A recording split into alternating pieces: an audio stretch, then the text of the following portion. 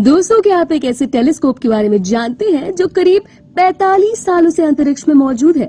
और क्या आप जानते हैं कि इस खास तरह के टेलीस्कोप के पिछले हिस्से को किस तरह से बर्फ की तरह ठंडा रखा जाता है? क्या आप जानते हैं कि कुछ साल पहले नासा के वैज्ञानिकों ने किस तरह से एस्ट्रोनॉमी को बदल कर रख दिया? अगर आप इन सभी फैक्ट्स के बारे में नहीं जानते तो हमारे आज के इस वीडियो को आखिर तक जरूर देखें। वैसे फ्रेंड्स, वीडियो में आगे बढ़ने से पहले हमारे चैनल यूट्यूब को अगर आपने अब तक सब्सक्राइब नहीं किया है तो इसे सब्सक्राइब कर लें। और हाँ, इस वीडियो को लाइक करने के साथ ही अपने व्यूज को कमेंट में लिखना ना भूलें। वीडियो को दोस्तों के साथ जरूर शेयर करें। दोस्तों, आपको ये जानकर हैरानी होगी कि वेब टेलीस्कोप में लगे हुए सभी कैमरा इंफ्रारेड लाइट को पहचान सकते हैं, जिसे हम इंसान नंगी आंखों से नहीं देख सकते। और जैसे जैसे लाइट अंतरिक्ष में ट्रैवल करती है, ऐसे में उसकी वेवलेंथ लगातार खिंचती जाती है। और अगर कोई चीज बहुत ज्यादा दूरी पर मौजूद है तो ये रोशनी तब तक दिखाई नहीं देती जब तक ये हमारे करीब न पहुंच जाए। इसका मतलब ये हुआ कि हम किसी निश्चित दूरी तक ही अंतरिक्ष में देख सकते हैं। इस टेलीस्कोप में लगे मीरी नाम के सेंसर में सिलिकॉन जैसे मटेरियल्स का इस्तेमाल किया गया है और इसी के चलते ये sensor super stretch infrared light को भी भाप लेते हैं। बता दें कि ये सेंसर किसी आम कैमरा सेंसर की तरह काम करते हैं और इन सेंसर्स की मदद से ही फोटोन लाइट एक समय बाद इलेक्ट्रिकल सिग्नल में बदल जाती है। इसके अलावा इंफ्रारेड लाइट के हल्के और धीमे सिग्नल्स को पकड़ने के लिए भी मीरी काफी अच्छे से काम करता है। दूसरे शब्दों में कहा जाए तो मीरी के सिग्नल्स काफी ज्यादा सेंसिटिव होते हैं और इसी वजह से इन सेंसर से काफी ज्यादा आवाज भी आती है। और जैसा कि हम आपको पहले ही बता चुके हैं कि जेम्स वेब टेलीस्कोप इंफ्रारेड रोशनी को डिटेक्ट करता है, इसी वजह से इस टेलीस्कोप की मुसीबतें काफी ज्यादा बढ़ जाती है।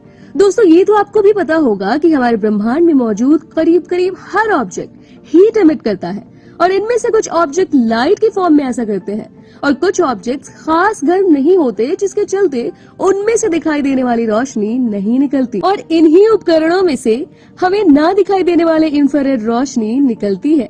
और इसी वजह से जेम्स वेब टेलीस्कोप खुद भी काफी मात्रा में इंफ्रारेड रोशनी को बाहर की तरफ फेंकता है और इसी वजह से इसके सेंसर ड्राउन्ड आउट हो चुके हैं।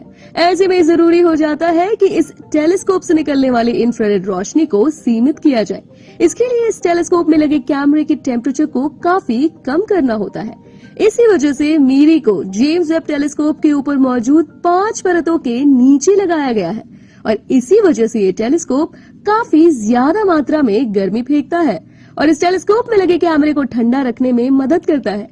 लेकिन मीरी किसी आम कैमरे की तुलना में काफी ज्यादा सेंसिटिव है, इसी वजह से इस कैमरे को डार्क करंट का सामना करना पड़ता है। बता दें कि इस कैमरे के इस खास हिस्से पर लगे सेंसर पर एटम्स खुद ब खुद वाइब्रेट करते हैं और इस वाइब्रेशन के चलते ही इस कैमरे के आसपास से अलग अलग तरह की आवाजें आया करती है।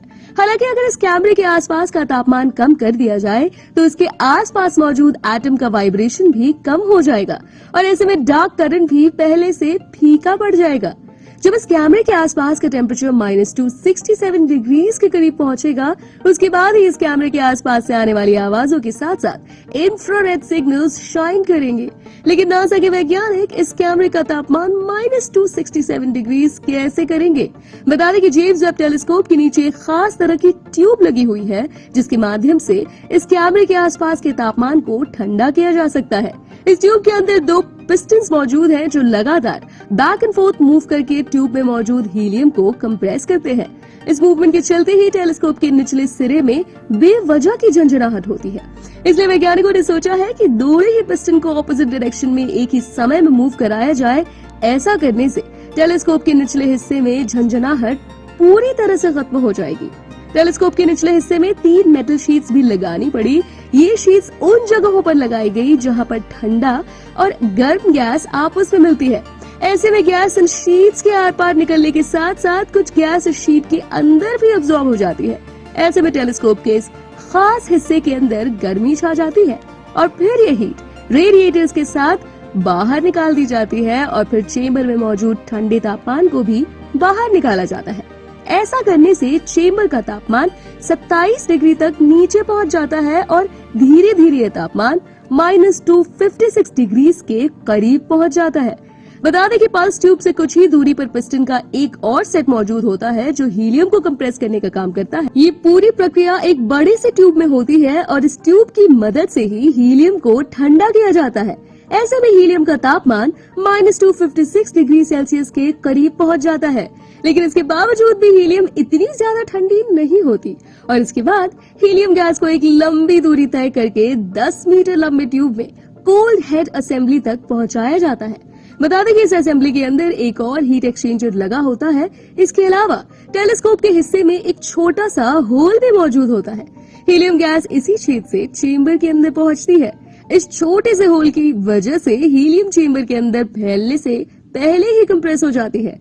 ऐसा होने पर चेंबर के अंदर का तापमान तेजी से ठंडा होने लगता है और ऐसे में ही जेम्स वेब टेलीस्कोप का निचला हिस्सा जल्द ही -267 डिग्री सेल्सियस जितना ठंडा हो जाता है और यहाँ से हीलियम टेलीस्कोप के अंदर मौजूद कॉपर की प्लेट से मीरी के सेंसर को ठंडक पहुंचाती है।